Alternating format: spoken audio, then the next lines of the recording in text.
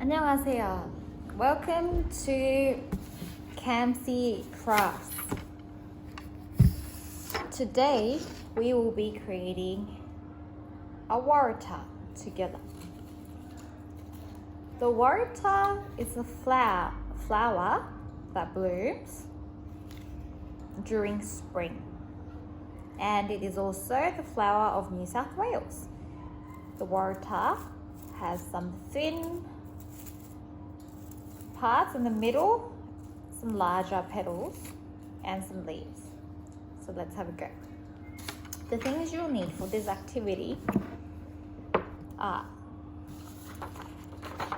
one red template,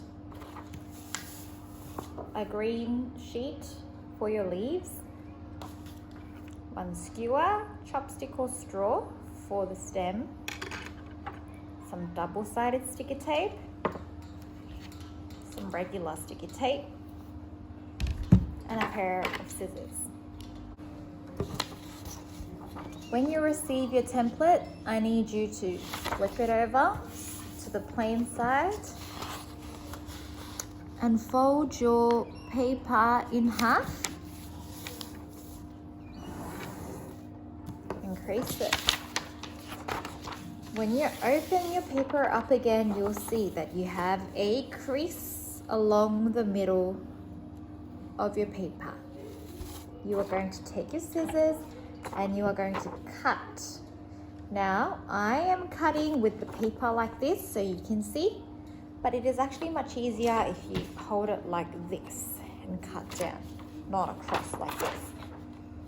I might even do that. So, I'll turn my body to face to the side and cut along the line. Nice and steady.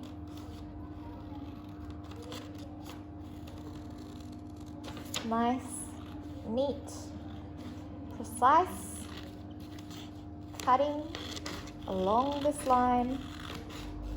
And when you finish, you will have two strips. One strip will have lots of lines, short lines.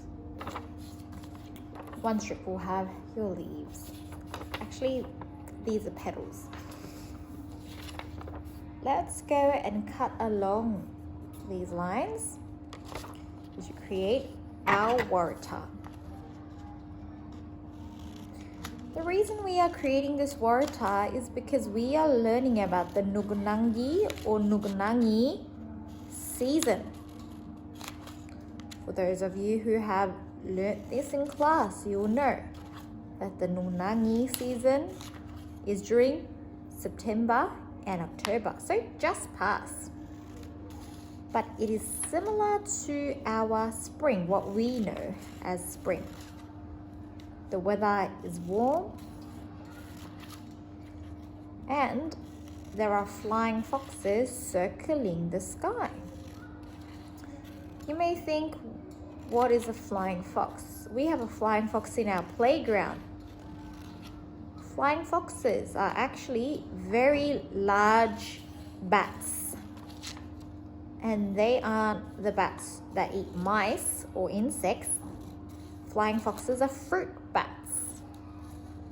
These fruit bats eat things like nectar, honey, and fruit. So they're vegetarian. They're quite large. Their bodies have fur on it, and they are brown and black in color.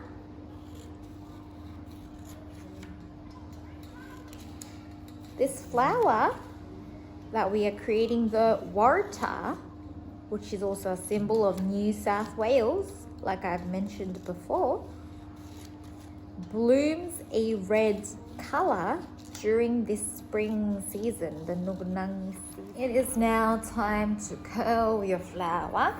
You're going to take your straw, your chopstick or your skewer to curl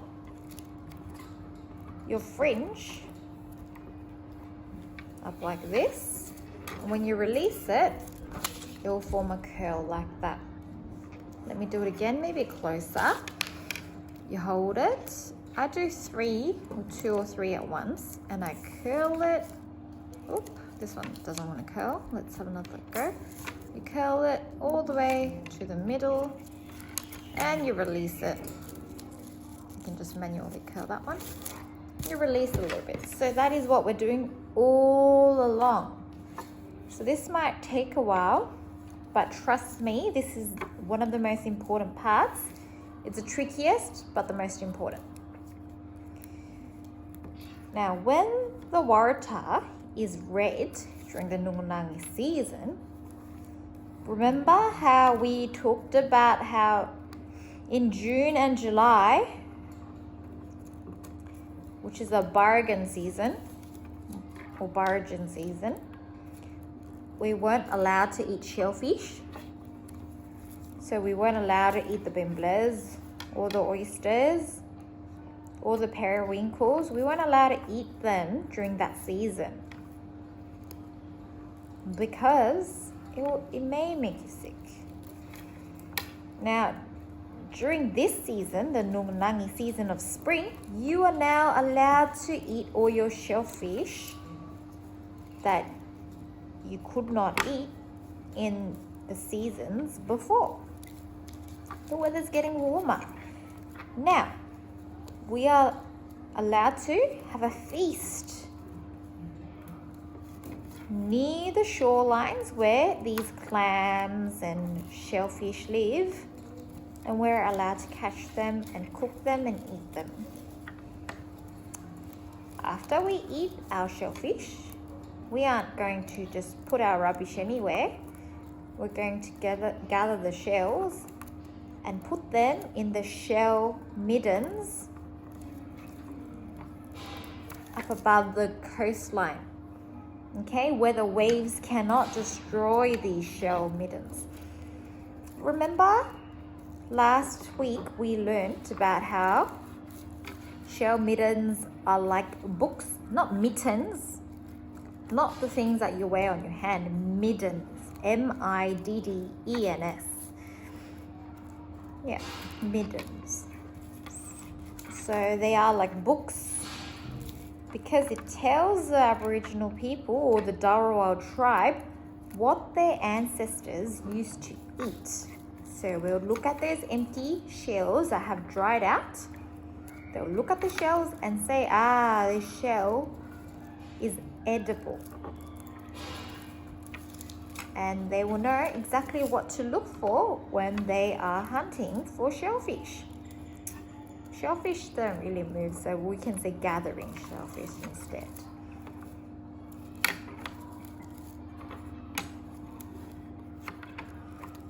And we would put it above the coastline so that the waves don't come and destroy the ship, the middens. I'm almost finished. Just 3 more to go. 1. I'll do 3 at once, maybe. Beautiful. Look at that. Now, I'm going to grab my double-sided sticky tape. You may not have this at home, but if you are in my class, I'm bringing it to class. You're going to make sure it fits all along the inside of your paper.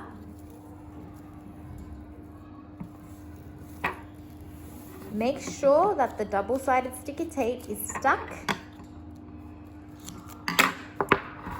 on the side where the curls are facing. This is a fun part. It makes everything worth it, all the cutting worth it. We're going to unstick the double-sided sticky tape. You're going to bring your skewer, and starting at the tip of your skewer, you are going to start sticking and rolling your Waratah. Make sure you go a little bit slightly down as you roll. Okay, so it's already started.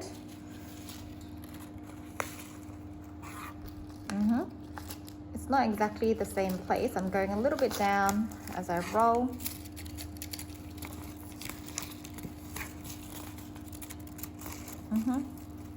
Looking good. Wow.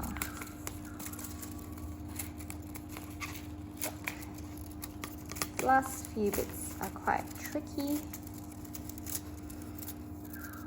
And there you have it. You've finished the first part of your waratah. Now on to the second part, which are these petals that surround these curly parts. It is now time to cut out the petals. And as I cut out these petals, we will be listening to a Dharawal dreaming story. And these stories are passed down from generation to generation through oral stories, which means that people speak these stories. They aren't in a book or a scroll. People talk about it. And they remember it really well, and they tell their children and grandchildren. So let's have a go at cutting around each of these petals. And I will do a voiceover. Miwa Gawaian and Waratah. How the white Waratah became red. Once, long ago, there lived a beautiful woman of the White Pigeon clan who bore the name Waratah. Since the time of the spirit woman first drove a talking stick into the ground and it turned into the white flower, only those women who bore the name Waratah were given the duty of attending to the needs of the flower we now know as a white Waratah. Because she was honoured by being given the name Waratah, it was a duty of this beautiful woman to always attend the Miwa Gawaian, the gift of the spirit woman. Many of the young men of the Dharawal clans fell in love with this woman, but all respected her wish to remain beside the flower of corroboree, except one. A great and powerful warrior of the Hawk clan, Mananga, fell in love with Waratah and wanted her as his wife, regardless of her duties or her preferences. Mananga thought that if he married Waratah, he would become the most powerful person in this land. He was a great warrior, the greatest warrior in fact, but he wanted to be more. He was not satisfied. He thought that by marrying Waratah, he would be favoured by the spirit woman above all others. First, he plied Waratah continuously with gifts, travelling to the great caves to search out and bring back the beautiful crystals he thought will bind her to him. But still, Waratah remained with the Miwa Gawaian, not only refusing Mananga, but also refusing his gifts. Mananga pleaded with Waratah, telling her that if she did refuse to be his wife, he would die, and his spirit haunted her forever. Waratah laughed, saying the Miwa Gawaian would protect her from his spirit. Anyway, she was not and never would be afraid of him. Mananga went away and sulked. He wanted Waratah not only because he loved her, but also because he knew that if he did not persuade her to marry him, he would be the laughingstock of all the people. Now we are going to create these petals. Look up so you can see me. You are going to grab your petal, take a tiny piece of sticky tape, place it on the stem and stick it to the base of your waratah, like so. And keep repeating this. Now I'll go on with the story. Mananga travelled far and wide, looking for spells he could use to bind Waratah to him. But the magic of the Miwa Gawaian was too powerful. Nothing he could do would make her forget her duties and responsibilities to the flower of corroboree. Finally, he decided that if she once again refused to come with him, he would destroy the gift of corroboree. He went to the creek at a place now called Appen, where he sharpened his axe on a special rock. Then, hiding the axe behind the feathers of his dancing belt, he went to the place of Miwa Gawaian and stood before Waratah. "If you do not come with me willingly, I will destroy the Miwa Gawaian, he shouted. Waratah got to her feet in alarm as Mananga took the axe from beneath his dancing belt and moved towards the Miwa Gawaian. As he swung his axe at the flower, Waratah flung herself between Mananga and the Miwa Gawaian. As Waratah's blood spurted over the white flower, Mananga cried out in grief and despair. He had not only killed the woman he loved and wanted as his wife, but he had also destroyed his ambition to become the most powerful warrior in this land. The Miwa Gawaian, who also loved Waratah, saw what happened and grieved for her. So the flower was sad for Waratah. So the people would always remember the terrible thing that had happened with the Miwa Gawaian, turned Waratah's spirit into the honeybee, so that she would always be able to attend the flower of the spirit woman in safety, and never again would there be a need for a Waratah to tend to the Miwa Gawaian. Also corroboree, seeing through the spirit of the Miwa Gawaian the events that had happened, decreed all the children of the white flower will be born red, the colour of Waratah's blood. And that is why today, whenever you see the Miwa Gawaian, which is a Waratah, you will also see the honeybee busily attending to it, and to remember the bravery of the beautiful Waratah, all the children of the Miwa Gawaian have red flowers. But there would always be a Miwa Gawaian to enable the people to seek counsel from the spirit woman. And while that story was being read, we have come to the end of our Waratah making. 자, 이 초록색 종이, you're going to take this green piece of paper, and I'm just cutting a strip because we don't need to waste any paper. We only need a small part. I'm going to fold the paper and divide it into 3 or 4, and I'm going to cut out one ip. Ip means leaf. I'm going to cut out some leaves. Now, Waratah leaves are quite yojokeo, which means sharp. It has very spiky edges, so I'm going to go up and down in a zigzag pattern. And there we are, going up and down, up and down. Now, this is real speed, so I expect everyone to be cutting as well. And there we are. I'm going to fold the paper in half and give it a little crease and attach it to the bottom of the flower. I was reviewing the videos and I realized that you actually couldn't see me sticking on the leaves, so I'll show you again. I'm going to go to a new rectangle. We are going to cut the leaf out, not leaf. And we're going to create some spikes. The Waratah flowers themselves are very sturdy flowers. Once you have your leaf, you're going to crease it very gently and only very slightly. So as you can see, I didn't do my usual crisp, what I usually do, which is using my nails to really squish it down. No, just a light bend. Because the leaves are very lightly bent, I'm going to ease the leaf to kind of bend a little bit, bring it close, overlap it with the other leaves,